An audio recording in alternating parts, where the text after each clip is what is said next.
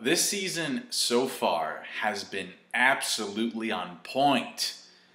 Wow, I mean, I just feel happy every time I finish watching an episode. Something that really stood out for me in this episode was the incredible use of these beautiful pieces of music within Korra's healing process. You know, because the right piece coming in at the right time just makes the scene that much more powerful. The way that the episode started, I actually thought that the entire thing was going to be centered around Tenzin's kids, Jinora, Iki, and Milo.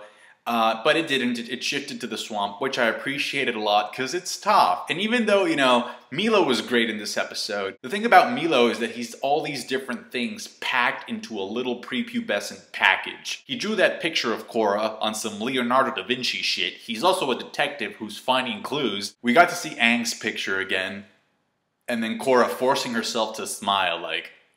And Milo is also a freaking troll, because when he was about to throw up the berries, he had a total troll face. Go back to that scene, compare his face when he's about to blow chunks to the actual meme on the internet. It's the same damn thing, except Milo has berry juice all over his face. My favorite line from him is when he says, "Iki, this is all your fault." And Iki's like, "I didn't do anything." Exactly, that's the problem. You need to start pulling your weight. Iki, out of the 3 kids, and yes, I know they're technically 4, but out of these 3 kids, she's the one who really doesn't really get the spotlight all that much, because you have Jinora, who's the oldest, and now she's the leader of the Air Nomads. Then Milo's the funny troll one, and Iki's kind of been pushed aside. So I appreciate the fact that this episode focused on a little bit more on developing her and showcasing more of her personality. She does say in this episode that it's one of those problems that she has within the family, that she finds herself kind of sandwiched in the middle there, even though both her and Milo are technically the middle child. I'm not the middle child in my family, so I can't really say that I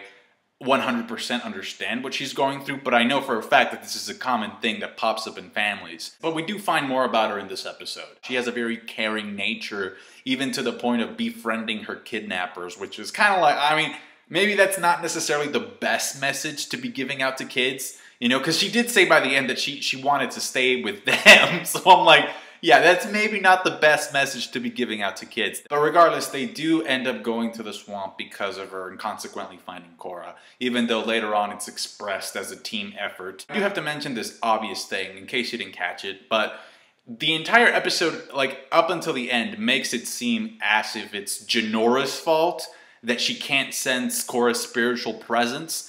It's not the case. It's actually Korra's fault that Jinora can't sense her, because she's disconnected from her own spiritual presence. So at first I thought, wow, Jinora's really fucking up here. What's going on? But no, it was all on Korra. By the way, that little girl that Milo met and gave him a flower, was that young Toph's voice actress?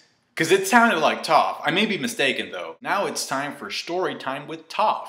Listen, the sass in this episode with Milo and Toph was off the charts. I would actually really appreciate Toph's description of every single episode of Last Airbender. Toph, can you describe the episode called Bitter Work? Well, I threw some rocks at the Avatar, he got all whiny, and then Sokka fell in a hole. Okay, Toph, well, what about the fight against Ozai? Well, it was really hot. I think I went Metal Mario on someone's ass inside of the blimp.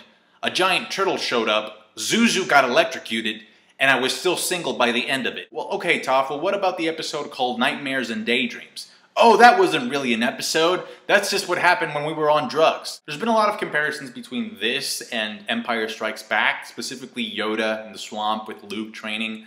And I can kind of see it now because Korra faces her fears in the swamp, which is something that Luke Skywalker does when he fights that illusion of Darth Vader that turns out to be himself. And I loved how Toph, again, because she's super smart, gave us a rundown of the previous villains and their ideologies. Amon wanted equality, Unalaq wanted spirituality, and Zahir wanted freedom.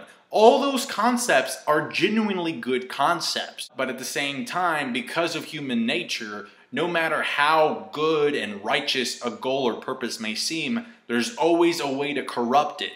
And so that's the Avatar's responsibilities, to look back and not only... Toph says that she has to learn to face those fears, but I would add that she also has to learn from how they messed up. Because you can even corrupt the purpose of wanting to bring balance to the world, which is exactly what Kuvira is doing. And so now that she realizes that, and she realizes that she's needed, Like, the amount of growth that Korra as a character has gone through has been immense. It's no fucking wonder why Kuvira has an army at her disposal, because they're gonna need an army to hold Korra down, okay? And, you know, they can use, like, whatever Varric is working on to fight the Avatar, but now that, you know, Korra is at her best, holy shit, she gets the poison out of her body. And I love how Toph was like, I'm not getting it out for you.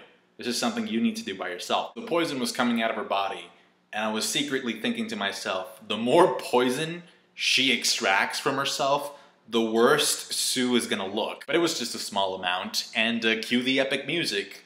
Dun, dun, dun, dun. She finally regains the ability to re-enter the Avatar state, but more importantly, she gets a hug from Toph. Why do Avatars have to be such whiny bitches? I'm gonna miss Toph.